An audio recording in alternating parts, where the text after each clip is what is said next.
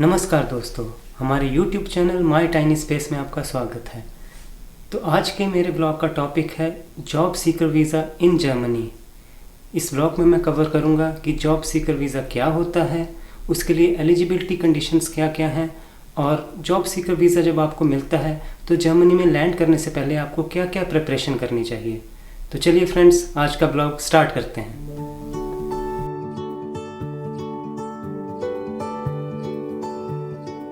तो सबसे पहले बात करते हैं कि जॉब सीकर वीज़ा कहते किसे हैं।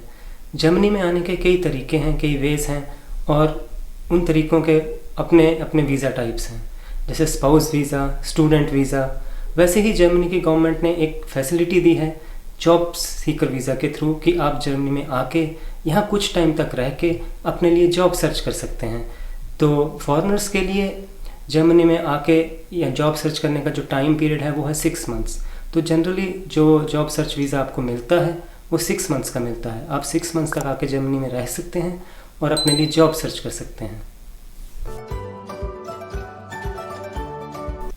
नेक्स्ट हम बात करते हैं कि जॉब सीकर वीज़ा के लिए क्या क्या एलिजिबिलिटी कंडीशंस हैं। मींस अगर ये कंडीशंस फुलफ़िल होंगी तभी आप जर्मनी के लिए जॉब सीकर वीज़ा अप्लाई कर सकते हैं। तो सबसे पहली कंडीशन है कि age of a person 18 years से ज़्यादा होनी चाहिए। तो 18 साल से कम का आदमी जर्मनी में जॉब सीकर वीज़ा अप्लाई नहीं कर सकता। नेक्स्ट कंडीशन है रिकॉग्नाइज्ड ग्रेजुएशन डिग्री। तो एनाबिन करके एक डेटाबेस है जर्मन गवर्नमेंट का, जिसमें आप जाके सर्च कर सकते हैं कि आपकी जो डिग्री है, जैसे बैचलर ऑफ इंजीनियरिंग या MBBS या कोई भी, या बैचलर ऑफ आर्ट्स, या इस तरह की कोई भी ग्रेजुएशन डिग्री जो आपने की है, वो उसका जो डिग्री टाइप है वो जर्मनी में रिकॉग्नाइज्ड है या नहीं। तो आप एनाबिन डेटाबेस में जा सकते हैं, वहाँ अपनी डिग्री का नेम एंटर कर सकते हैं और अपनी कंट्री का नेम एंटर कर सकते हैं। तो उससे वो आपको सर्च करके दे देगा कि आपकी ये डिग्री रिकॉग्नाइज्ड है या नहीं है। और सेकंड, आप अपने इंस्टीट्यूट जहाँ से आपने अपनी ग्रेजुएशन की है उसका नाम भी एंटर कर सकते हैं और उससे चेक कर सकते हैं कि आपका जो इंस्टीट्यूट है वो जर्मनी में as a higher education institute recognised है या नहीं है। अभी मैं एक छोटे से एग्जाम्पल के थ्रू आपको डेमोन्स्ट्रेट भी कर देता हूँ कि आप अपनी डिग्री और अपने इंस्टीट्यूशन को कैसे चेक कर सकते हैं इस एनाबिन डेटाबेस में। सो ये एनाबिन का होम पेज है। इसमें पहले मैं अपनी डिग्री चेक करूँगा कि वो रिकॉग्नाइज्ड है या नहीं। तो डिग्री का टाइप चेक करेंगे हम। तो अभी ये एनाबिन डेटाबेस सिर्फ जर्मन में अवेलेबल है, बट ये इतना टफ नहीं है इसको नेविगेट करना। तो अगर Abschlüsse पे आप जाएंगे, उसके बाद सूखन करेंगे और यहाँ पे आप कंट्री सेलेक्ट कर सकते हैं पहले अपनी। तो कंट्री में इंडिया सेलेक्ट किया और उसके बाद आप अपनी डिग्री का नेम एंटर कर सकते हैं। For example bachelor of engineering. तो जैसे ही आप अपनी डिग्री का नेम एंटर करते हैं तो नीचे आप देख सकते हैं कि रेड में बैचलर ऑफ इंजीनियरिंग हाईलाइट हुआ है। दैट मीन्स कि 4 इयर्स की जो बैचलर ऑफ इंजीनियरिंग है वो जर्मनी में रिकॉग्नाइज्ड है। सेम इसी तरह इंस्टीट्यूशंस में जाके आप अपने इंस्टीट्यूशन का नेम चेक कर सकते हैं। तो एग्जैक्ट सेम प्रोसीजर है। पहले आप कंट्री एंटर करें, जैसे इंडिया, एंड देन अपने कॉलेज, अपनी यूनिवर्सिटी का नेम एंटर कर सकते हैं। जैसे फॉर एग्जांपल मैं यहाँ पे पंजाब एंटर करता हूँ। तो ये सारी यूनिवर्सिटीज़ जो लिस्ट हुई हैं, ये सारी यूनिवर्सिटीज़ आप बोल सकते हैं कि जर्मनी में रिकॉग्नाइज्ड है।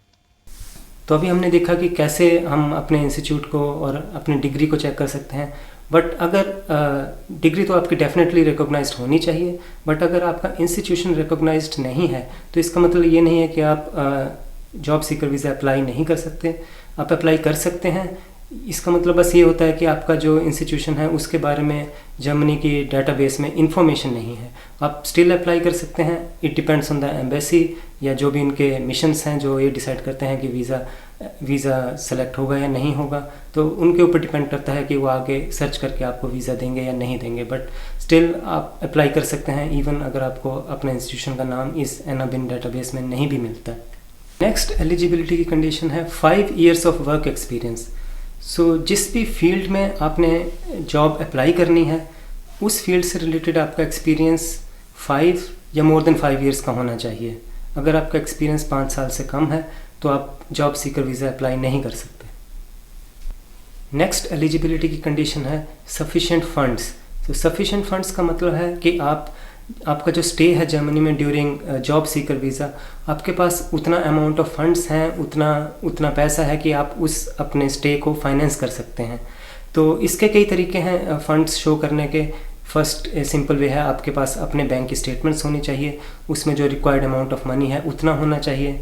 सेकंड है कि आपके पास कोई स्पॉन्सरशिप है, मींस आपके कोई रिलेटिव हैं, आपके भाई हैं, या कोई भी इवन फ्रेंड है, आपके कोई दूर के रिलेटिव हैं, they can also sponsor you. तो अगर आपके पास ऐसी स्पॉन्सरशिप है कि वो during this period of stay आपको स्पॉन्सर करेंगे तो आपको फंड्स शो करने की ज़रूरत नहीं पड़ती है।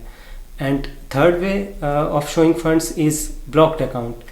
तो ब्लॉक्ड अकाउंट जर्मनी में एक ऐसा अकाउंट होता है जिसमें आप कुछ अमाउंट ऑफ मनी रखते हैं during your period of stay, और आप पर मंथ उसमें से एक फिक्स्ड अमाउंट ही विड्रॉ कर सकते हैं। उस फिक्स्ड अमाउंट से ज़्यादा आप उस ब्लॉक्ड अकाउंट से विड्रॉ नहीं कर सकते। तो ब्लॉक्ड अकाउंट आप इंडिया में रह के भी जर्मनी में खुलवा सकते हैं, थ्रू पोस्ट भी खुलवा सकते हैं, और आजकल काफ़ी ऐसी सर्विसेज आ गई हैं, जैसे फिनटीबा करके एक सर्विस है, उसमें आप ये सारा प्रोसेस ब्लॉक्ड अकाउंट का ऑनलाइन भी कर सकते हैं। तो ब्लॉक्ड अकाउंट भी काफ़ी पॉपुलर है, इवन स्टूडेंट्स में भी काफ़ी पॉपुलर है, और as a job seeker visa पे भी जो आते हैं उनमें भी काफ़ी पॉपुलर है। बट डेफिनेटली ये कोई नेसेसिटी नहीं है कि आपके पास जर्मनी में आने से पहले एक ब्लॉक्ड अकाउंट होना चाहिए। आप जर्मनी में आने के बाद भी अपना बैंक अकाउंट खुलवा सकते हैं, बट डेफिनेटली इन तीनों कंडीशंस में से एक कंडीशंस आपकी फुलफिल होनी चाहिए, चाहे वो अपने फंड स्टेटमेंट्स के थ्रू हो, चाहे वो ब्लॉक्ड अकाउंट के थ्रू हो, या फिर वो स्पॉन्सरशिप के थ्रू हो। अगर आप ये सारी एलिजिबिलिटी कंडीशंस फुलफ़िल करते हैं तो आप डेफिनेटली जर्मनी में जॉब सीकर वीज़ा के लिए अप्लाई कर सकते हैं। आप जर्मनी के एम्बेसी में अपना job seeker visa application process start कर सकते हैं। तो वो प्रोसेस क्या है सारा, वो जर्मनी की एम्बेसी की साइट पे या और भी काफ़ी अदर वेबसाइट्स पे ये सारा प्रोसेस काफ़ी डिटेल में अवेलेबल है। तो आप वहाँ जाके पूरी गाइडेंस ले सकते हैं। अगर उससे रिलेटेड आपको कोई क्वेश्चन होगा तो आप कमेंट सेक्शन में पूछ सकते हैं। आई विल ट्राई माई बेस्ट वो सारे क्वेश्चन्स आंसर करने के लिए।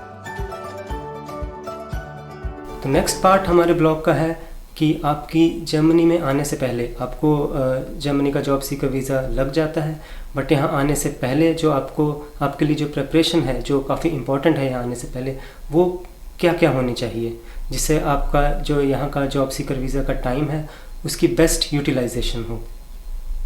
सो इस प्रिपरेशन प्रोसेस का पहला स्टेप मेरे अकॉर्डिंग होना चाहिए CV प्रिपरेशन। तो डेफिनेटली आपके पास जो स्किल्स होंगी वो किसी स्पेसिफिकली एक जॉब के साथ मैच नहीं करती हैं। वो आपके एरिया ऑफ इंटरेस्ट में कई 4 या 5 तरह की, इससे भी ज़्यादा तरह की जॉब्स होंगी जिसके साथ आपके स्किल्स मैच होंगी या जहाँ आप अप्लाई कर सकते हों।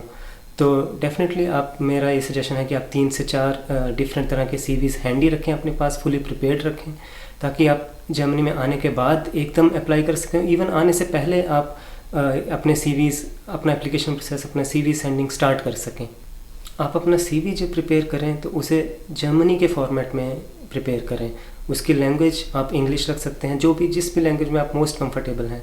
फॉर एग्जांपल इंग्लिश, तो आप डेफिनेटली CV की लैंग्वेज को इंग्लिश रखें, बट उसका जो फॉर्मेट है वो जर्मनी के स्पेसिफिक होना चाहिए। जैसे जर्मनी में एक स्पेशल रिक्वायरमेंट है कि यहाँ के CVs में फ़ोटोग्राफ होती है, जो कि जनरली मैंने इंडिया के CVs में नहीं देखी है। तो आप अगर आप जर्मनी में किसी जॉब में अप्लाई कर रहे हैं तो आप अपना फ़ोटोग्राफ CV पे रखें, और बाकी भी जो सैम्पल CV के फॉर्मेट्स हैं आप इंटरनेट से डाउनलोड कर सकते हैं, या आप कमेंट सेक्शन में लिख सकते हैं। अगर आपको कोई सैम्पल ऐसा CV देखना है तो मैं उसका लिंक अपने डिस्क्रिप्शन बॉक्स में रख सकता हूँ। तो जर्मनी के जो CVs हैं वो थोड़े से स्पेसिफिक होते हैं, तो आप उस फॉर्मेट का CV प्रिपेयर करें और वैसे ही CV यूज़ करें उसे अप्लाई करने में। और कई बार कई कंपनीज़ को जर्मन में CVs चाहिए होते हैं, तो आप जर्मनी में आने से पहले या फिर यहाँ आने के बाद अपना एक एक्स्ट्रा CV जर्मन लैंग्वेज में भी रखें। कोई बड़ी नेसेसिटी नहीं है, बिकॉज जनरली यहाँ पे CVs इंग्लिश में भी काफ़ी कॉमन है आपकी एप्लीकेशन प्रोसेस में, बट हमेशा आपके लिए एक हेल्प होगी कि अगर आप अपने पास एक एक्स्ट्रा CV जर्मन लैंग्वेज में रखें। नेक्स्ट इम्पॉर्टेंट पार्ट है कि आप अपना एक proper well prepared LinkedIn profile बनाएं। और जर्मनी, स्विट्ज़रलैंड और ऑस्ट्रिया के एरिया में एक और वेबसाइट काफ़ी पॉपुलर है, वो है जिंग।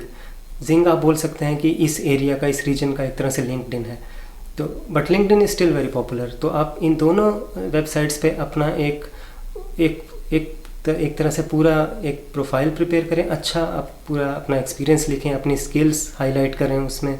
और इन वेबसाइट्स के थ्रू आप रिक्रूटर सर्च कर सकते हैं जो आपके एरियाज ऑफ इंटरेस्ट में काम करते हैं, उसमें रिक्रूट करते हैं।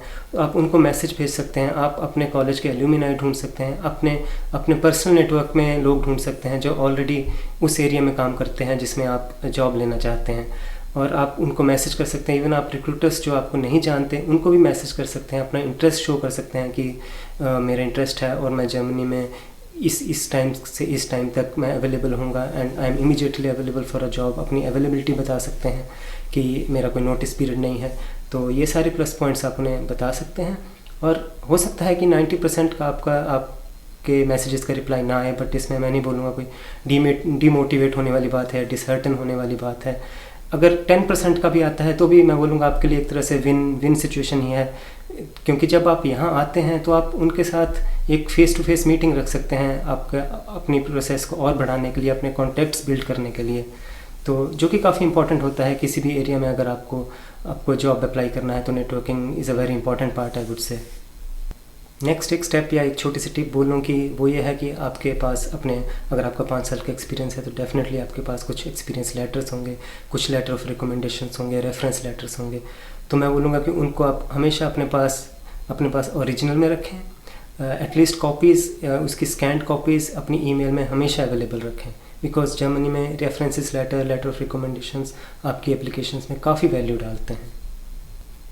सो नेक्स्ट पॉइंट जो कि अगेन काफ़ी इंपॉर्टेंट पॉइंट है वो है जर्मन लैंग्वेज। तो जर्मनी में अगर आप जर्मन लैंग्वेज जानते हैं तो आपके लिए बहुत सारी अपॉर्चुनिटीज़ ओपन हो जाती हैं।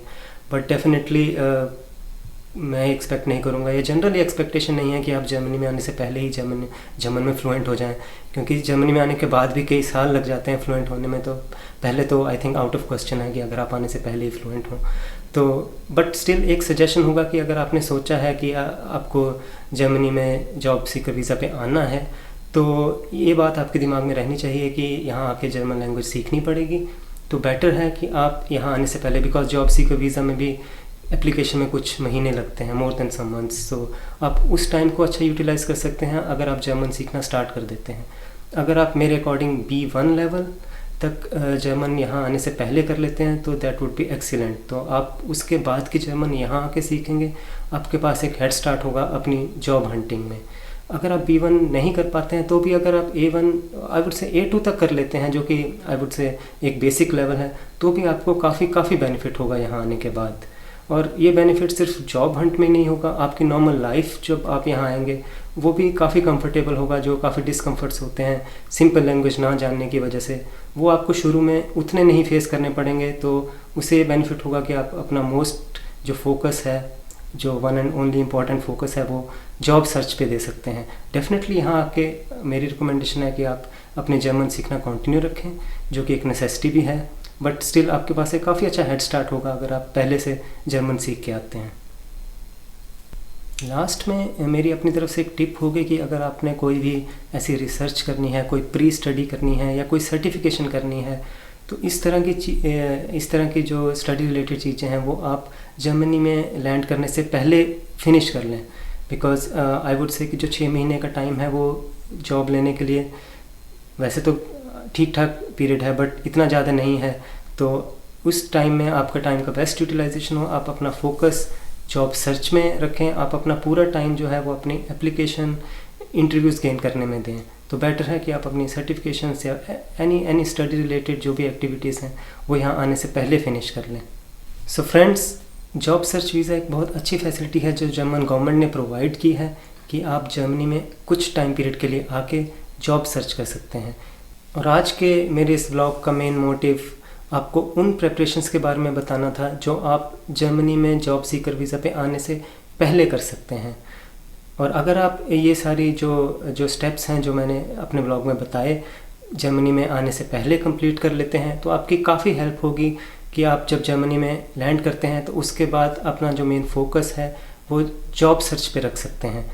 क्योंकि आप एक नई कंट्री में आके जॉब सर्च कर रहे हैं, अपने अपने कैरियर के 6 मंथ्स यहाँ स्पेंड करने हैं। और सिर्फ यही टाइम नहीं, इससे पहले भी आपका कुछ टाइम यहाँ की प्रिपरेशन में गया है, आपने काफ़ी पैसा आपका स्पेंड होगा जब आप यहाँ के रहेंगे। तो बेस्ट तो यही रहता है कि आप अपना जो बेस्ट हो सके ड्यूरिंग दिस टाइम पीरियड आप वो दें। सो थैंक यू फ्रेंड्स मेरा ये व्लॉग देखने के लिए। अगर आपको जॉब सीकर वीज़ा से रिलेटेड या जो मैंने सजेशंस दिए आज के ब्लॉग में उससे रिलेटेड कोई भी क्वेश्चन हो तो आप कमेंट सेक्शन में कमेंट कर सकते हैं, and I will try my best to personally answer them.